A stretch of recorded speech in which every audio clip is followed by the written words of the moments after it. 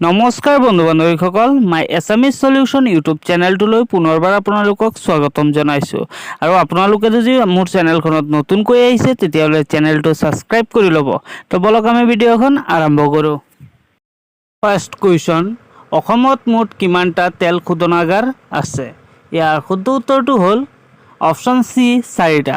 বৰ্তমান অসমত 4টা তেল শোধনাগাৰ আছে। নেক্সট কুৱেশ্যন, অসমৰ সৰ্ববৃহৎ তেল শোধনাগাৰ কোনটো? ইয়াৰ শুদ্ধ উত্তৰটো হ'ল অপশ্যন এ, ডিগবৈ তেল শোধনাগাৰ। ডিগবৈ তেল শোধনাগাৰ হ'ল অসমৰ সৰ্ববৃহৎ তেল শোধনাগাৰ। নেক্সট কুৱেশ্যন, পৃথিৱীত মুঠ কিমানখন মহাদেশ আছে? ইয়াৰ শুদ্ধ উত্তৰটো হ'ল অপশ্যন চি, 7খন।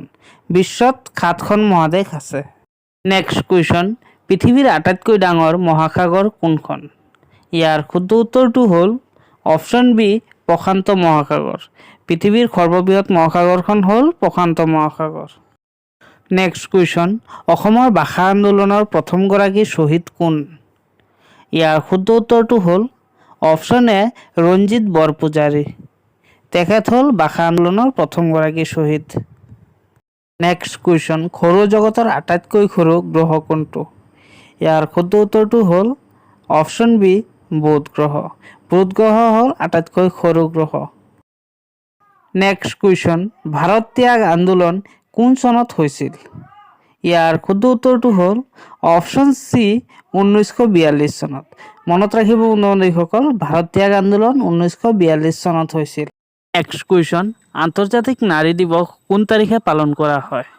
ইয়াৰ শুদ্ধ উত্তৰটো হ'ল অপশ্যন ডি, 8 মাৰ্চ। 8 মাৰ্চ তাৰিখে আন্তৰ্জাতিক নাৰী দিৱস পালন কৰা হয়। নেক্সট কুৱেশ্যন, এৰাবাটৰ খুৰ ছবিখনৰ পৰিচালক কোন আছিল? ইয়াৰ শুদ্ধ উত্তৰটো হ'ল option B, doctor Bhupen Hazarika. এৰাবাটৰ খুৰ ছবিখনৰ পৰিচালক আছিল doctor Bhupen Hazarika. Next question, Barman বংশৰ শ্ৰেষ্ঠ ৰজাজন কোন আছিল?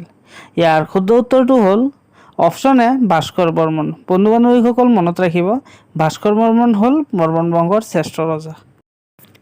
নেক্সট কুৱেশ্যন, ভাৰতৰ ক্ষুদ্ৰতম ৰাজ্য কোনখন? ইয়াৰ শুদ্ধ উত্তৰটো হ'ল অপশ্যন চি, গোৱা। গোৱা হ'ল ভাৰতৰ আটাইতকৈ সৰু ৰাজ্য। ভিডিঅ'টো ভাল লাগিলে ভিডিঅ'টো লাইক কৰিব আৰু এনেকুৱা জিকে ৰিলেটেড ভিডিঅ' পাই থাকিবলৈ আমাৰ চেনেলটো ছাবস্ক্ৰাইব কৰিবলৈ নাপাহৰিব। ধন্যবাদ।